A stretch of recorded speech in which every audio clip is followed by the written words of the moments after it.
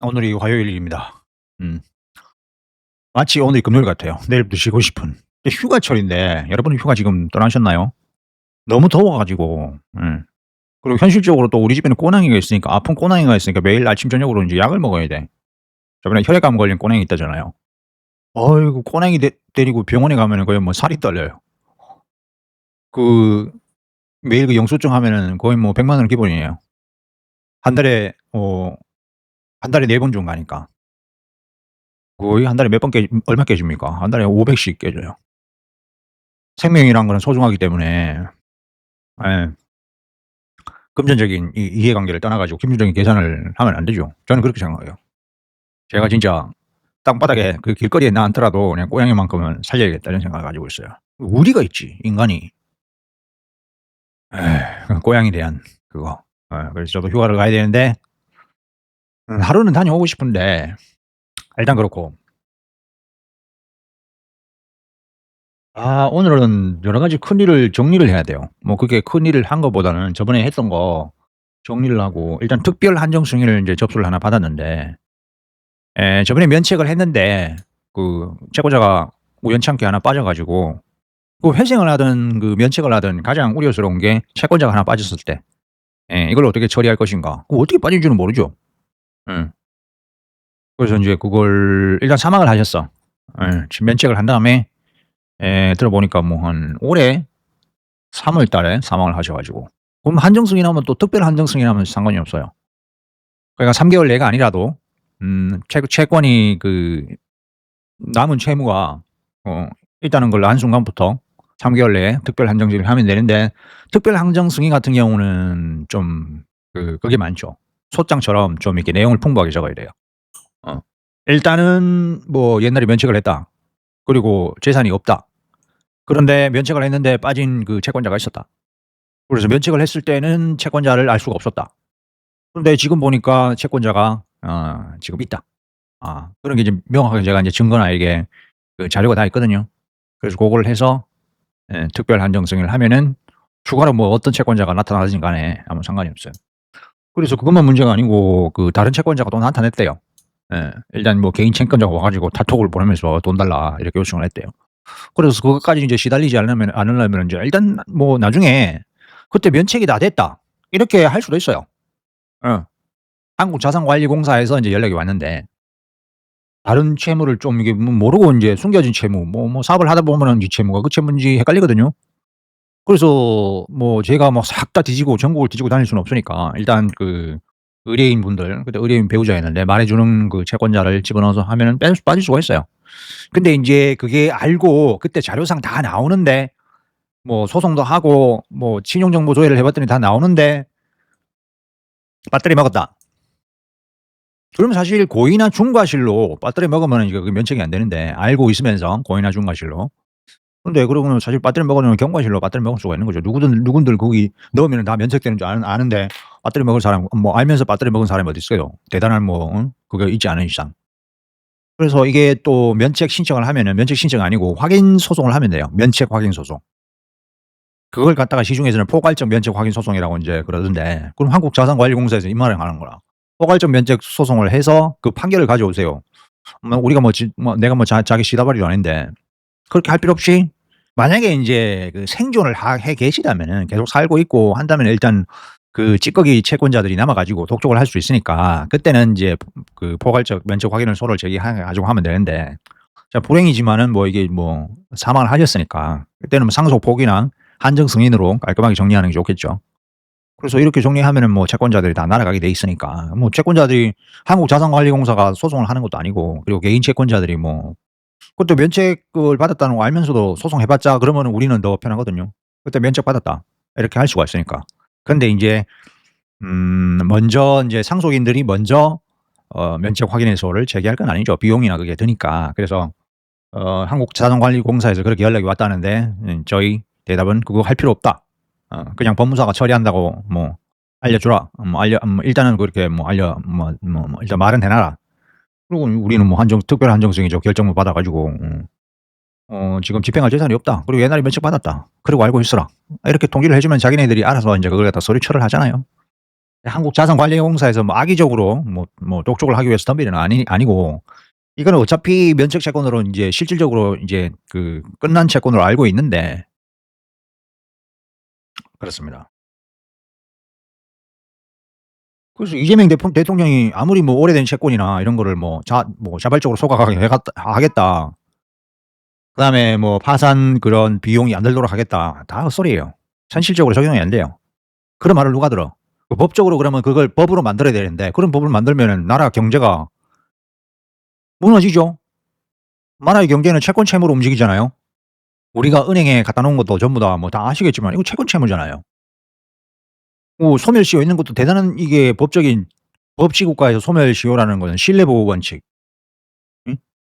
그리고 채권은 또 그 소멸이 되지 않는 채권은 청구할 수 있다. 채권자도 보호해 줘야 되잖아요. 채무자도 보호해 주는 것도 보호해 줘야 되지만은, 돈을 썼으니까 갚는 건 당연한 거고, 그리고 채권 채무를 인제 대해서 문제가 있을 때는 법적으로 법원이 판단하는 건 당연한 건데, 그러면은 대통령이 법원 보고 이래라 저래라, 채무자를 무조건 편을 들어 가지고 5년 이상 된 채권들을 다 면책을 해 주든가 다 소각을 해라. 이렇게 하면은 대통령의 경제의 자율성을 참 침해하는 거란 말이죠. 그리고 경제의 자율성이나 이런 체계를 만들 수 있는 거는 헌법하에서 국회의원밖에 없어요. 국회의원도 개인의 권리, 채권을 받은 권리, 채권이 재산권이잖아요. 재산권을 침해하면은 헌법재판소에서 위헌 판결을 받죠. 그래서 다 이런 게 체계가 있는 건데, 혼자 나와 가지고 이러니 저러니 해 봤자 아무 소용이 없어요. 장관이 그렇게 하겠습니다. 그거는 옛날 임금 시대나, 예, "여봐라. 이렇게 하면은 이렇게 하겠다." 그래서 약간 그 정부에서 좀 착각을 하고 있는 거 아닌가, 이런 생각이 들어요. 현실에서는 전혀 그렇지 않죠. 그렇게 될 수도 없고. 음. 그래서 이게 한정숙이, 특별히 한정숙이 저것도 자료를 받았는데, 지금 안심상속일 신고해 놓는데 안심상속 그 자료가 다 나와야 되거든요. 그게 나오는데 한 2 주쯤 걸린단 말이에요. 그래서 저걸 빨리 오늘 처리를 못 하고, 그게 나와야 그 재산이나 이런 게 다 파악되니까 일단 서류는 내일까지 정리해 놓고, 그리고 저거를 인제 한 건을 수임했고, 그다음에 인제 개인회생 인제 부채증명서를 떼야 되는데, 부채증명서를 정확하게 알아봐서 지금 민원 대행에 맡기는데, 그 서류를 만들어 가지고 신청을 해야 돼요. 그러니까 가장 신경 쓰는 거는 뭐냐면은 채권자가 빠지지 않는 거. 그래서 확인을 철저히 해야 돼요. 그래서 그거 신청해 가지고 부채증명서가 오면은 내일쯤 오면은 바로 개인회생을 신청해 줘 가지고 사건 번호를 따 줘야 채권자들 모두 득달 같은 독촉 전화가 안 옵니다, 그때부터. 그다음에 그렇고, 저번에 중고자동차 그 답변서, 일단 의뢰인한테 답변서를 써 가지고 검토해라 했는데, 그러면은 오후쯤 오면은 그거를 처리해야 되겠네요. 그리고 또 5 시쯤에 엄청나게 바쁜 것 같죠. 예, 엄청나게 바빠요. 그래서 이거 빨리 찍고 끝내야 돼요. 5 시쯤에 그 장유에 있는데, 김해 장유. 그 노래방을, 임차인이 노래방을 하는데 의뢰인은 임대인이에요. 근데 지금 석 달부턴가 넉 달치 그 월세를 안 주고 있다. 여름에는 그 노래방이 좀 되지 않나? 근데 장유 같은 경우는, 장유도 거기 좀 잘 되는 그 도심으로 알고 있거든요. 그 김해 거기에서는. 근데 안 된대요, 노래방이. 노래방 안 간 지도 참 오래됐네요. 전 별로 노래 부르는 거 안 좋아해요. 술 먹고 그렇게 하면은 참 별로 안 좋아해요. 그래서 그분 내용 증명을 보내야 되느냐 아니면 소송을 바로 들어가야 되느냐, 그래서 제가 좀 얘기를 좀 해 보라 그랬거든요. 일단 문자만 자꾸 보내고 답을 안 한다 이래 가지고, "내용 증명을 보내야 되지 않느냐." 그럼 내용 증명은 약하단 말이에요. 일단 문자도 안 받고 이러면 내용 증명 안 받는데, 보내봤자, 쓸데없는 거 보내봤자 소용이 없으니까 "일단 한번 만나 보시라." 이렇게 공고를 해 드렸는데, 매번 만나 보셨나 봐요. 그런데 인제 아무런 대책이 없다. 그러면 지금 보증금이 2,500 인데 보증금이 다 까이기 전에 소송을 해 가지고 거기서 밀린 월세하고 손해배상을 공제해야죠. 그리고 노래방 같은 경우는 철거를 해야 되잖아. 계약서 보면은 항상 상가 임대차 계약서에는 고렇게 적혀 있어요. "계약이 끝나면은 원상 회복해서 반환한다." 그러니까 원상 회복을 해야 되는데, 만약에 월세까지 못 내면은 노래방 철거 비용도 만만치 않단 말이죠. 물론 네 임차인이 새로운 그 노래방을 할 사람을 구해 가지고 넣고 자기는 빠진다. 이렇게 할 수도 있어요. 그래서 승계해 주고. 그러면 노래방을 철거를 안 해도 되죠. 근데 문제는 그 노래방이 안 돼 가지고 나가는 거잖아요. 그럼 바보 아닌 이상 노래방 하는 사람들도 빠꾸미들인데 상인들인데 아무것도 안 하다가 그냥 은퇴해 가지고 '내가 노래방 할까?' 이렇게 해 가지고 노래방을 인수해 가지고 하는 사람이 있을까요? 그럼 바보지. 노래방도 여러 가지 이제 경영 노하우가 운영 노하우가 필요하고 여러 가지 좀 이렇게 있어야 되잖아 다 아시면서. 뭔가 이게 좀 있어야 돼요. 그냥 노래방 진짜 순수하게 노래 부르는 그 손님을 받으면 어떻게 돼요? 노래방에서는 저는 그런 걸 잘 몰라요. 인제 찾아봐야 되는데 만약에 인제 노래방을 하는 사람이 뭐 행정적으로 문제가 됐다. 그렇게 하면은 제가 인제 그걸 다 검토해 봐 가지고 싹 다 해 가지고 인제 결론을 내려 가지고 인제 하겠는데 노래방에서 아마 그 저기 술 반입이 되나 안 되나 그건 잘 모르겠어요. 술 반입이 되고 뭐 노래방 도우미도 둘 수 있나 없나 저는 그런 건 잘 모르겠어요. 있는지 없는지. 뭐 일단 뭐 그렇게 우리 노래방을 보면은 또 맥주나 뭐 소주나 이런 거 다 들어가대요. 중코 그게 노래방에 들은지 뭐가 들어가는지 저는 잘 몰라요. 일단 확인을 해 봐야 되는데 그 행정적인 분야에 가서 행정법을 해 가지고 옛날에 인제 전에도 얘기했지만은 행정법 같은 경우는 이제 많이 봤어요. 음. 엄청나게 행정법을 많이 봤죠. 왜냐하면 그 분야가 말하자면 상인들 다 적용이 되는 분야거든요. 환경 뭐 행정 분야가 엄청나게 넓죠. 뭐 국가를 경영하는 거니까 뭔들 걸리지 않는 게 있겠어요. 그러니까 식품위생법에서부터 뭐 하여튼 공중적계법 업에 관한 뭐 이렇게 엄청나게 그 짜잘한 법들이 많아요. 그래서 이걸 갖다가 특별하게 찾아보지 않는 이상은 뭐 변시 공부하면서도 뭐 하는 것도 아니고 사시 공부하면서도 야야야야야 다른 뭐 공부하면서 이걸 갖다가 전문적으로 공부할 기회가 없어. 일단 접하면은 찾아보고 행정청에 질의하고 또 판례도 찾아보고 이렇게 해야지 연구를 해 봐야지 그 분야에 대해서 알고 있는 거지. 근데 거기 상인들은 다 빠꾸미들이란 말이야. 상인들은 다 알죠. 노래방 하면은 뭐가 금지됐고 뭐가 어떻게 해야 되고 어떻게 하면 영업 정지를 받고 어떻게 하면 벌금 뭐 과태료를 받고 이게 다 안단 말이에요. 근데 외부인들은 잘 모르지. 근데 이 외부인들은 그렇게 하면은 그게 인제 적법한 줄 알고 있지만은 아름아름한다. 그 옛날 같은 경우는 그렇게 아름아름하면서 불법으로 영업하면 행정부 그 구청이나 이런 담당자한테 뇌물 먹이고 구청 담당자 불러다가 밥 사주고 술 먹이고 이렇게 흡족하게 하고 "우리가 남이가." 이런 소리 나올 때까지 가서 영업을 했는데 요즘에는 택도 없죠. 그랬다간 큰일 나. 그리고 요즘에 또 공익신고 이런 게 많잖아요. 공익신고에 걸리면은 영업정지 당하죠. 그래서 옛날에는 그렇게 어물쩍 넘어갔던 건데 요즘에는 칼 같단 말이에요.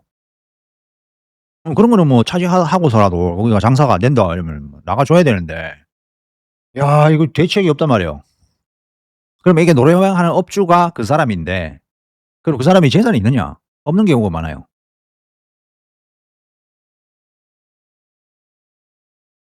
그 어디까지 얘기했죠. 전화 받는다고 얘기했네요. 이게 참 편해요 이거. 왜냐하면 이거 전화 받으면서도 뭔가 드르륵 해야 되니까. 그래서 오늘 아까 어디까지 얘기했죠? 노래방. 그래서 좀 법무사들은 좀 이런 그 상황이 돌아가는 거를 알아야 돼요. 뭐 법만 알아서 아니라 법만 알아서 뭐 이렇게 그게 법적으로 어떻게 됩니다. 그게 아니고 좀 말하자면 내가 진짜 노래방을 운영하듯이 아니면 임대인의 입장에서 어떻게 가장 최적의 솔루션이다. 이걸 제시를 할 수가 있어야 돼요. 제가 볼 때는 법무사업을 아주 활발하게 하시는 분은 특히 한 50대 40 최소한 40대 넘어야 돼. 30대 후반에 이렇게 되면은 상당히 스트레스를 받아요. 어. 근데 변호사가 되면은 이제 30대 초반이나 뭐 30 대라 변호사라고 그렇게 스트레스 받지는 않거든요. 근데 이제 변무사 같은 경우는 이게 일반인들이 사실은 좀 어떻게 보면은 뭐 만만하게 보지는 않는데 에 좀 첨예하게 이게 대립되는 뭐 이게 채권 채무나 이게 그죠? 대립되는 의견을 가지고 인제 상황을 가지고 오는 경우는 많아요. 그러면 이제 그걸 갖다가 탁 이게 내가 뭐 사실은 이게 해결책입니다. 이렇게 안내를 탁탁 해 드려야 되는데 의뢰인들이 거의 50 대도 잘 없다. 55 에서 뭐 60, 70 이런 분들이 많거든요. 이제 그런 분들의 그거를 좀 안내를 해 드려야 돼. 뭔가 아는 것처럼 해 드려야 돼. 근데 이제 뭐 새파랗게 젊은 사람이 새파랗다는 말은 좀 이게 뭐 비하가 아니고 어떻게든 젊은 사람이 그렇게 안내를 해 주면 말을 잘 안 들었거든. 뭐 "이렇게 하세요." 그러면 "아이고 뭐 사회생활 경험도 없으면서 뭐 무슨 그런 말을 하나." 뭐 이렇게 할 수가 있거든요. 제가 볼 때는 인제 뭐 제 나이가 50 세시니까 저는 80 이든 90 이든 다 이렇게 다 이렇게 꺾어요. 의견을 다 수렴하게 해요. 저한테 저 부산지방법무 지방법원 민원 상담도 한다고 그랬잖아요. 그거 보면 진짜 70 대 80대 분도 와 가지고 이혼하겠다고 막 이렇게 해요. 그럼 제가 한마디 해요. 뭐라 해요. 아니 지금부터 뭐 지금까지 잘 살아오셨는데 100년 뭐 이게 같이 해로하시면 되겠지. 지금 가 가지고 치 받고 싸우고 그 자식들 보는데 그 뭐 면목도 없을 텐데 그러시면 안 됩니다 그거. 그 성격 좀 죽이시고 예 그냥 어디 가더라도 밥 먹을 때가 있고 돌아올 때가 있어야 그 가정이지. 안 그러면은 내일 모레 죽어요. 이렇게 탁 그 핵심을 찔러서 얘기 드리죠. 그럼 "아 그러냐고." 어 예. 이렇게 하지 거기서 따라간다 할아버지. 그러시면 안 됩니다. 이러면 안 되죠. 한마디 하셔야지 그게. 생각이 잘못됐다. 뭐 100 살을 먹든 200 살을 먹든 잘못된 생각은 잘못된 것이고 인간의 도덕은 지켜야 되는 것이고 가장 최소한이 법인데 법으로 하자면은 모든 게 법이 중요한 게 아니다.